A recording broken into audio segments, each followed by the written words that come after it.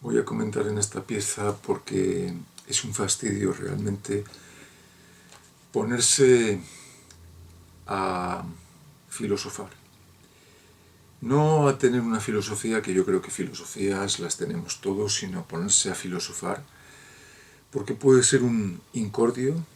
porque puede ser una mala gestión y un mal negocio y un mal oficio, y también qué cosas buenas podemos sacar de este oficio de filosofar. En primer lugar, hemos de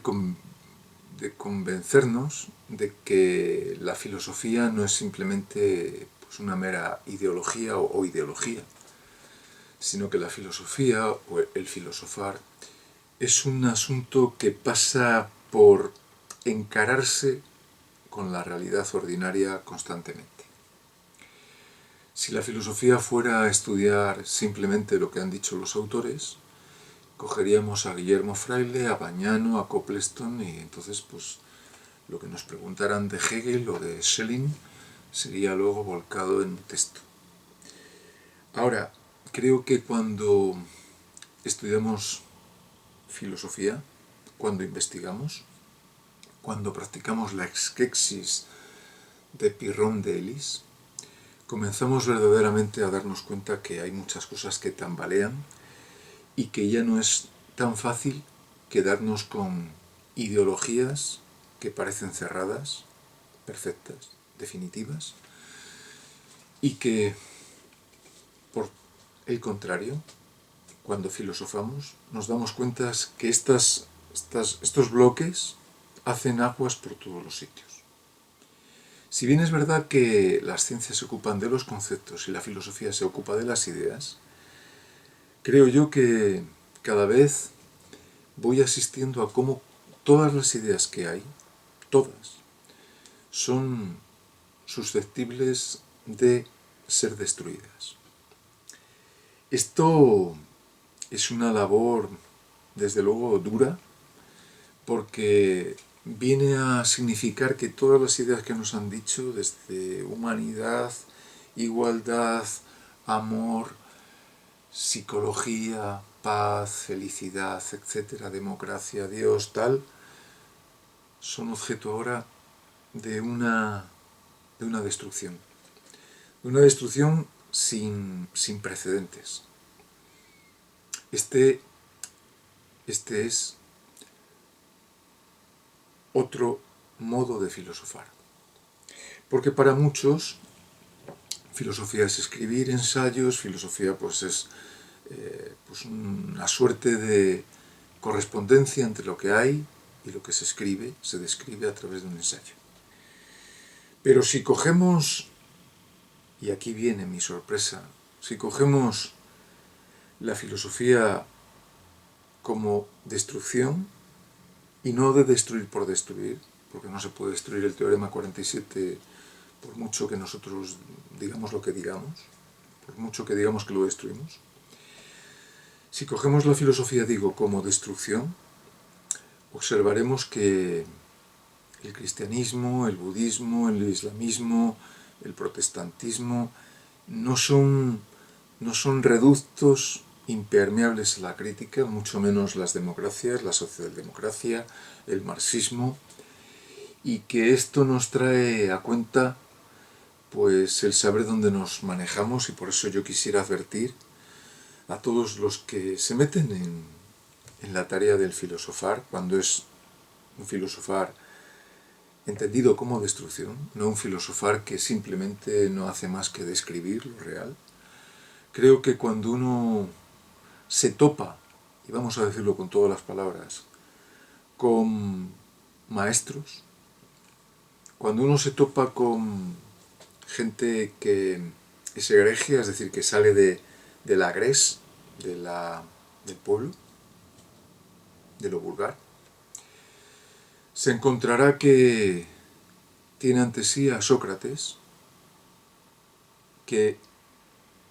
si vemos,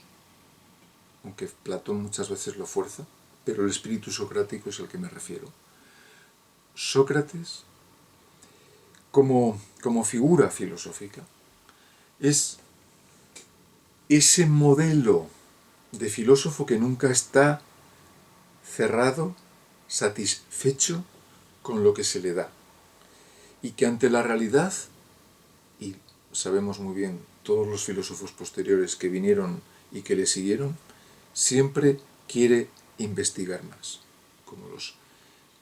escépticos, como Nisidemo, Sexto Empírico, Michel de Montaigne, etc. O como Marx, o como muchos en sus escritos, tales como Freud, Jung, etc.,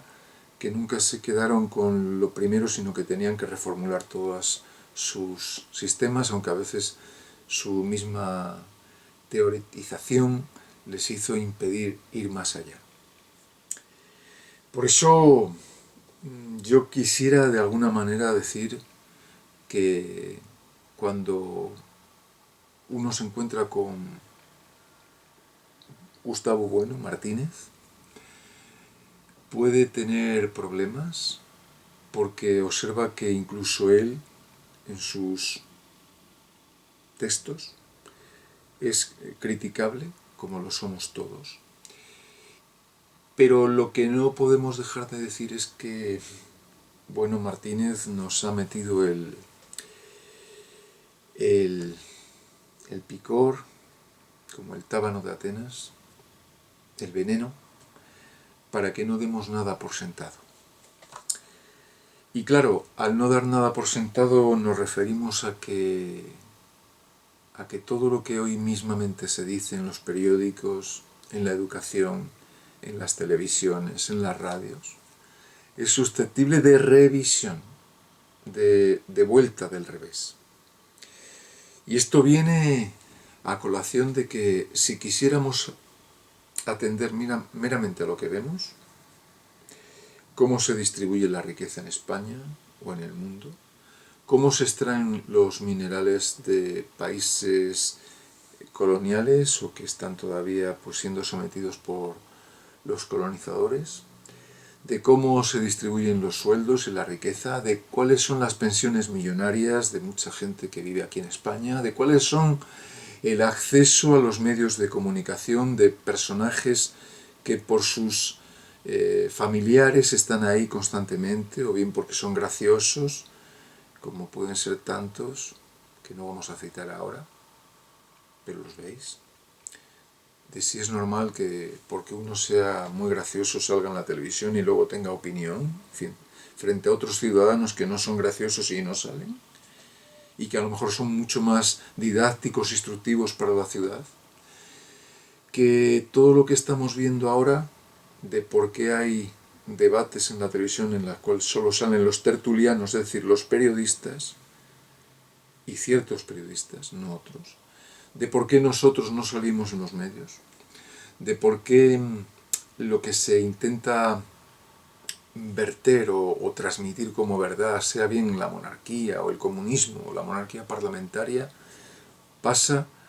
sin ser defenestrado o pulverizado por una suerte de filosofía que podría demolerlo. De cómo, antes decía, pues se confunde tanto en nuestra sociedad el tener con el ser y se hace que la persona que más tiene cada vez tenga, por ese principio de Mateo, más, de San Mateo, de por qué nunca se pone al ciudadano que está ahora trabajando,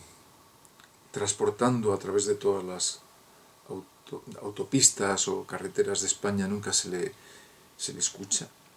De por qué no se escucha al frutero que se levanta a las 7 de la mañana o a las 5, como conocemos casos, y se acuestan o dejan el trabajo a las 10 u 11 de la noche. Y todo esto pues es lo que hay que de alguna manera poner en correspondencia con esa forma tan liviana de una filosofía suave, soft, light, dulce, y nos lleva pues a tomar partido porque si cogemos ahora la televisión pública, como puede ser el teledeporte, están constantemente transmitiendo, debido a ese mito, a ese ídolo deportivo, pues deportes, y sin embargo a agentes que dan pues bastante por mantener alimentada a la población, como son los agricultores, algunos de ellos, muchos, o los campesinos, muchos, no son tenidos en cuenta. Quiero decir que hay un escotoma, hay un vacío, hay una cerrazón, hay una ceguera en esa televisión que sería en principio el ex percipi, es decir, que solo existe lo percibido, pero que es falso, porque aparte de lo percibido existen muchas otras cosas, y la televisión pública y la radio pública lo saben bien, y también otras televisiones. Esto nos hace plantear que cuando la gente eche de menos a líderes carismáticos como Pablo Iglesias en falta, lo que a lo mejor no han tenido en cuenta es que ellos mismos construyeron el personaje y que impidieron, mientras estaban dando miles y miles de segundos a ciertos personajes, se los estaban quitando a otros. Esta reivindicación no es nueva, sino que es una labor que ya desde tiempo inmemorial hicieron pues los que trataban de defender los valores cívicos, no solo de unos, sino de todos. Ahora, ¿cómo hacer que todos los ciudadanos aparecieran en la prensa, en la radio, etcétera? Sabemos que es una labor complicada, pero sí sabemos que cuando aparecen solo unos, y esto es lo que se quiere decir, no aparecen otros, y entonces hay que preguntar a los otros, o por lo menos hay que pensar que hay una ausencia de todos aquellos que no aparecen. A saber, los sanitarios, los educadores, que son sustituidos, suplantados por los programas de Masterchef, etcétera, etcétera, etcétera, que todos los programas que aparecen de Saber y Ganar, que la gente pues contesta a la pregunta de cuándo murió Franco, pues a lo mejor estamos omitiendo otros programas, otros espacios en los cuales hubiera debates de por qué no hay más debates, más diálogo, más conflicto, y esto con el ánimo y pretensión de mejorar nuestra ciudad, me refiero a España, para que también en otros países de Europa y del mundo fuera tomada como ejemplo de que si se quiere eso que se llama la democracia, se ponga por lo menos una mínima cimentación, unos mínimos cimientos de por qué está construido tan mal el panorama televisivo, de los programas social, del reparto de la riqueza, etc. Esto nos lleva a que si hay verdadero filosofar, todos esos que dicen que están a favor o en contra de la guerra, tendrán que probar que cuando dicen que no a la guerra, tendrán que probar que cuando dicen esto de no a la guerra, si esto es así, ¿por qué permiten entonces pues que el petróleo sea exportado de países donde sabemos que se maltrata a la gente, o el coltán, o el cobre, o tanta riqueza que hay, y que si hoy disponemos de tantos artilugios e instrumentos es por la depredación que ocurre en otros países? ¿Esto es bueno o es malo? Esto es un asunto que hay que considerar, y que desde luego esa doble moral, o triple o múltiple, debe ser escrutada por un filosofar que es activo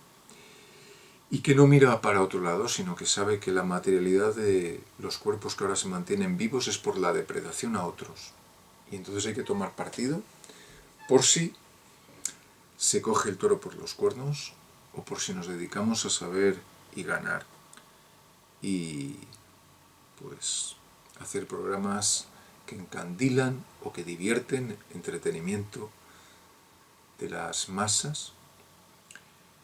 y esto hace que tiemble el misterio porque lo destruye.